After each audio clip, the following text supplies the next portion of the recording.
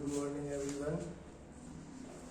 आज की क्लास में देखो पढ़ेंगे अंग और संस्थान। पिछली क्लास में हमने मानव शरीर का संगठन पढ़ा था। आज ये देखो फर्स्ट सब्जेक्ट है आधारभूत जीव विज्ञान, उसका फर्स्ट चैप्टर है ये मानव शरीर रचना एवं क्रिया विज्ञान। उसमें 1.6 बुक्स में देख लेना चाहो तो पेज नंबर 8 पर दिया हुआ है अंग और संस्थान। अंग, चूंकि हम पहले इस बात को समझ चुके हैं, कोशिकाओं से मिलकर ऊतकों का निर्माण होता है।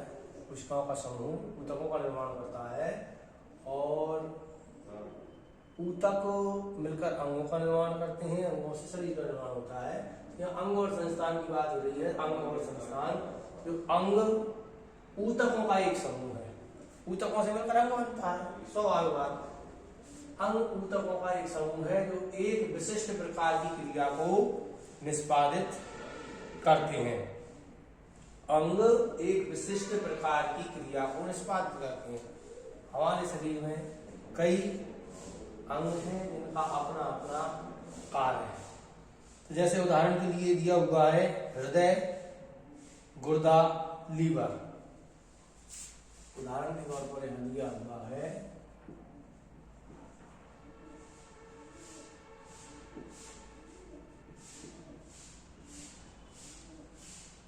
हृदय, गुर्दा, लीवर।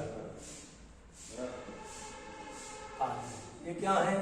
हमारी बॉडी में, शरीर में पाए जाने वाले अंग।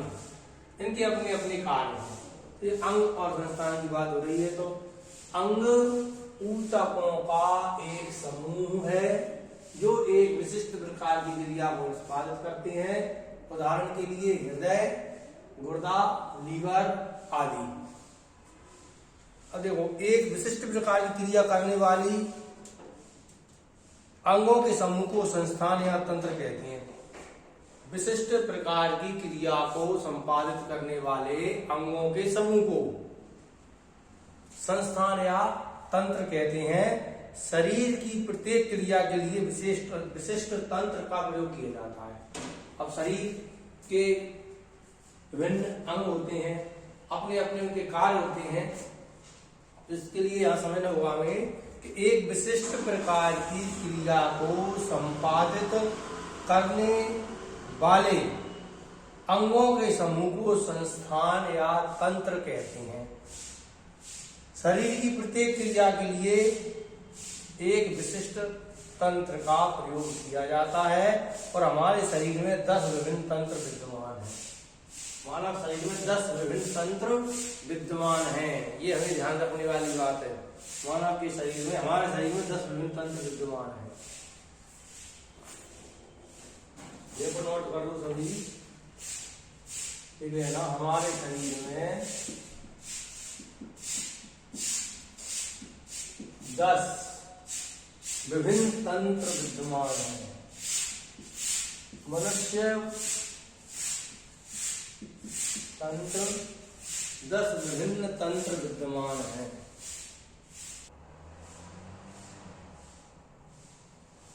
देखो, हमारे शरीर में 10 विभिन्न तंत्र विद्यमान हैं। पहला ध्यान देना मेरा, त्वचा तंत्र। त्वचा तंत्र, इंटेग्यूमेंट्री सिस्टम।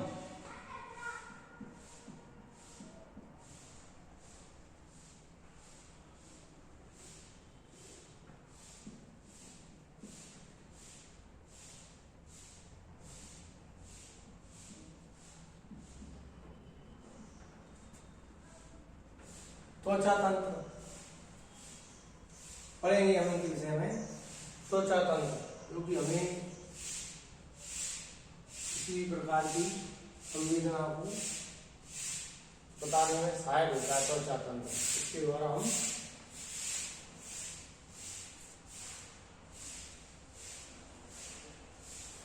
इसके बाद कंकाल तंत्र। कंकाल तंत्र स्केलेटल सिस्टम।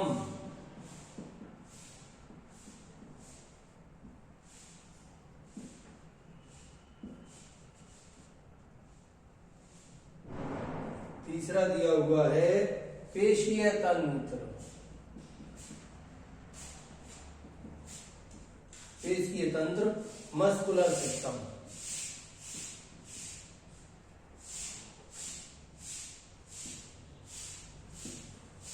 चौथा है श्वसन तंत्र, रेस्पिरेटरी सिस्टम।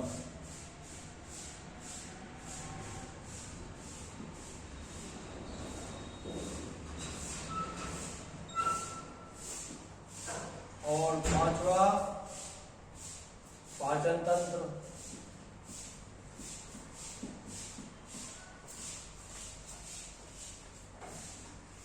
Digestive system.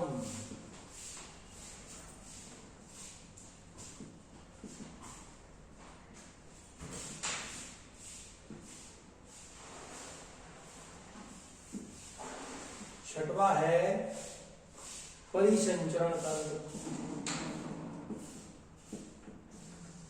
परिसंचरण तंत्र, सर्कुलेटरी सिस्टम।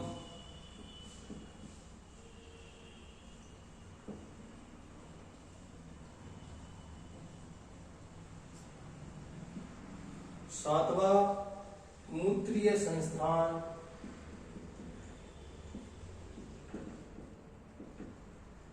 मूत्रीय संस्थान, यूरिनरी सिस्टम।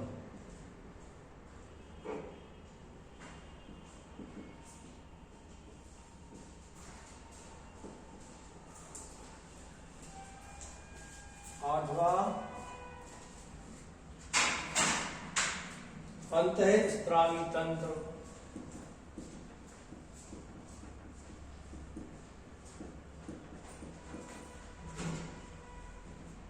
Endocrine system.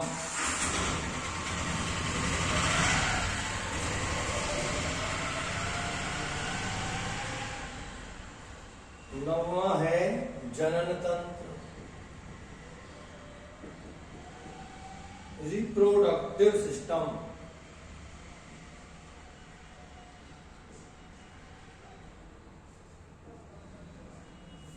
और 10वां है तंत्रिका तंत्र। तंत्रिका तंत्र, नर्वस सिस्टम।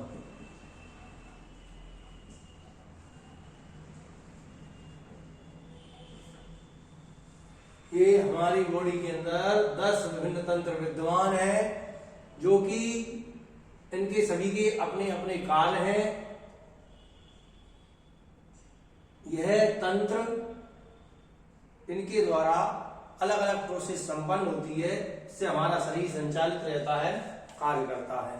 इसके ये हमें ध्यान रखना होगा, जरा ध्यान देना। 10 तंत्र में त्वचा तंत्र, कंकाल तंत्र, पेशीय तंत्र, श्वसन तंत्र, पाचन तंत्र, परिसंचरण तंत्र, मूत्रीय संस्थान, अंतःस्रावी तंत्र, जनन तंत्र और तंत्रिका तंत्र।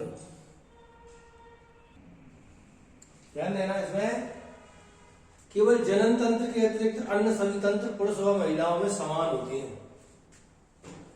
किसके अतिरिक्त? केवल जनन तंत्र के अतिरिक्त। जनन तंत्र के अतिरिक्त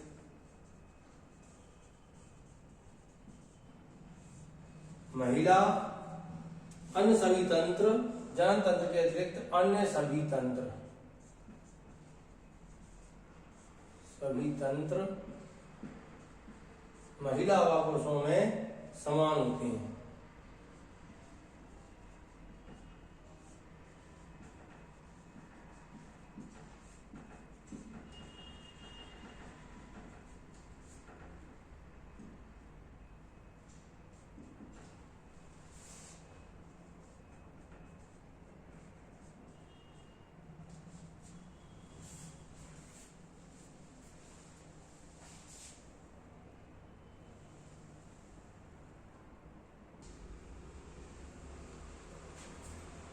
तो हमने तंत्र देखे, यहाँ पे नोट किए। 10 तंत्र होते हैं मानव शरीर में।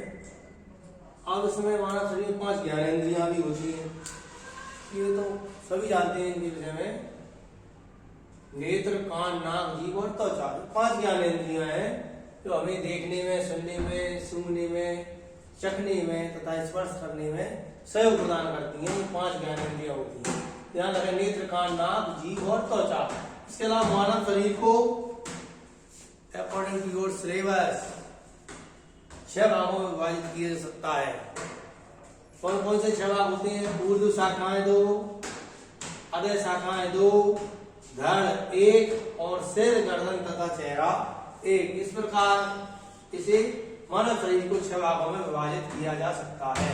ऊर्ध्व शाखाएं, इनकी संख्या 2, अधः शाखाएं नीचे, लोअर एक्सट्रीमिटीज 2, धड़ 1 और सिर, गर्दन तथा चेहरा 1। सिर, गर्दन तथा चेहरा 1 माना गया है। इस प्रकार 6 भागों में मानव शरीर को विभाजित किया जा सकता है।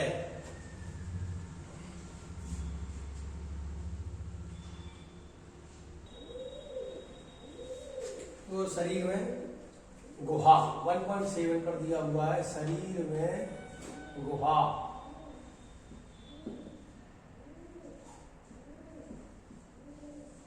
गुहा कैविटी, जिनमें कि हमारे शरीर के महत्वपूर्ण पार्ट सुरक्षित रहते हैं। गुहा, ऊर्ध्व गुहा पहले नंबर पर दी हुई है। ऊर्ध्व गुहा, ध्यान दें, ऊर्ध्व गुहा। ये डायग्राम स्टार्ट कर दिया हुआ है, पेज नंबर 10 पर दिया हुआ है, पेज नंबर 10 देख लेना। ऊर्ध्व गुहा, ऊर्ध्व गुहा क्रेनियल कैविटी, इसमें मस्तिष्क अंतर्विष्ट होता है। ऊर्ध्व गुहा ये, इसमें मस्तिष्क अंतर्विष्ट, मस्तिष्क सुरक्षित रहता है इसमें। क्रेनियल कैविटी, क्रेनियल कैविटी, इसमें मस्तिष्क सुरक्षित रहता है। मस्तिष्क, ध्यान देना ही, मस्तिष्क अंतर्विष्ट होता है, अंदर रहता है इसमें। क्रेनियल, ऊर्ध्व गुहा। इसके बाद मेरुदंड गुहा दूसरे नंबर पर दी हुई है। मेरुदंड गुहा,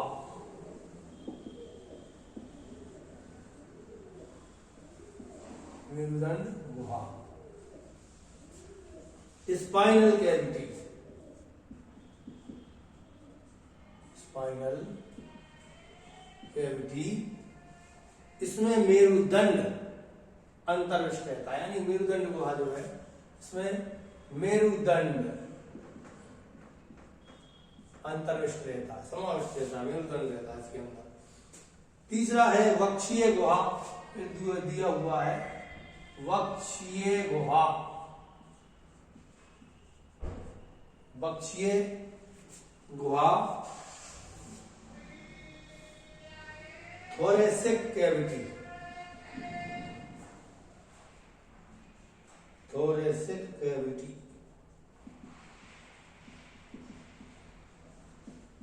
अब वक्षीय हुआ, वक्षीय ये हमारा, इसमें हृदय, फेफड़े तथा बड़ी रक्त वाहिकाओं का समावेश रहता है वक्षीय गुहा में।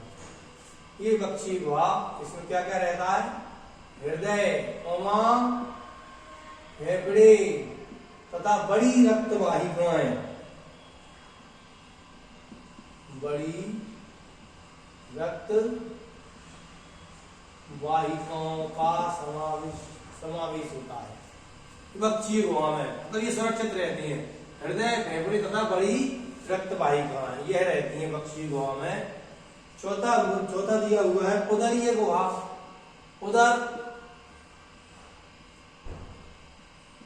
उदरीय गुहा, एब्डोमिनल कैविटी,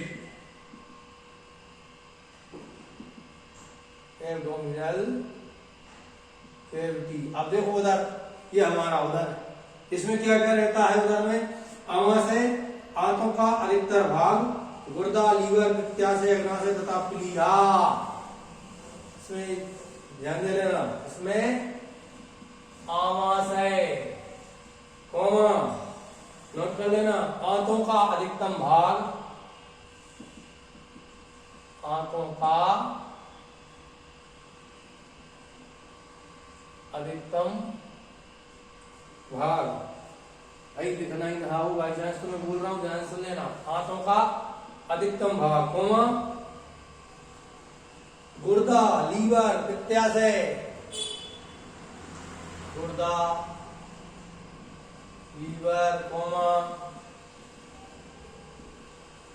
पित्ताशय, कौमा, अग्नाशय तथा प्लीहा,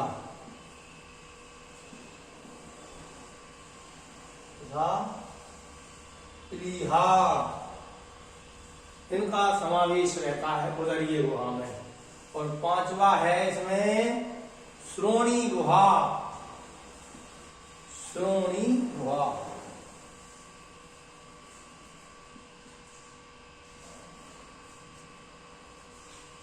पेल्विक कैविटी, पेल्विक कैविटी, श्रोणी गुहा, ये क्षेत्र है।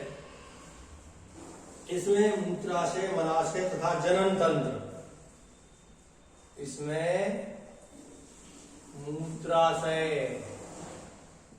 मलाशय तथा जनन तंत्र के भाग समाविष्ट होते हैं।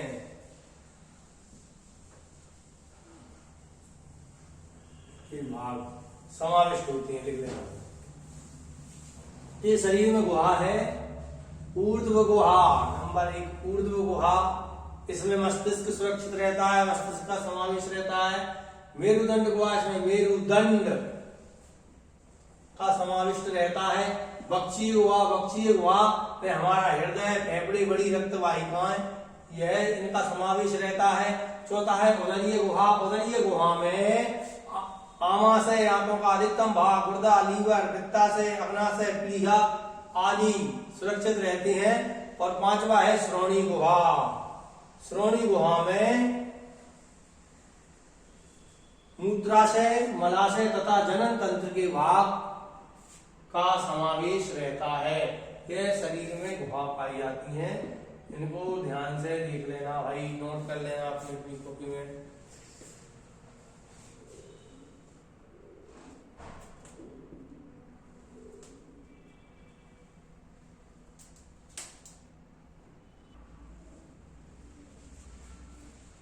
तो अब इसके आगे अभी हमने पढ़ ली शरीर में कितने तंत्र होते हैं, 10 तंत्र होते हैं। 10 तंत्र के बाद हमने देखा शरीर में 5 ज्ञानेंद्रियां होती हैं और शरीर को मुख्यतः 6 भागों में विभाजित किया जाता है। हमने पढ़े शरीर के 10 तंत्र, त्वचा तंत्र, कंकाल तंत्र, पेशीय तंत्र, श्वसन तंत्र, पाचन तंत्र, परिसंचरण तंत्र, मूत्रीय संस्थान, अंतःस्रावी तंत्र, जनन तंत्र और तंत्रिका तंत्र। इसके अलावा हमने पढ़ा शरीर में 5 ज्ञानेंद्रियां होती हैं, नेत्र, कान, नाक, जीभ और त्वचा, तथा आगे हमने इसमें नोट किया है कि शरीर को 6 भागों में विभाजित किया जा सकता है। ऊर्ध्व शाखाएं 2, अधः शाखाएं 2, धड़ 1 और सिर, गर्दन तथा चेहरा 1। तो ये हमने देखा। इसके बाद हमने शरीर में गुहा ये पढ़ ली, ऊर्ध्व गुहा, मेरुदंड गुहा, बक्षीय गुहा, उदरीय गुहा और श्रोणी गुहा। तो इसमें इसके अलावा अब हम स्टार्ट करेंगे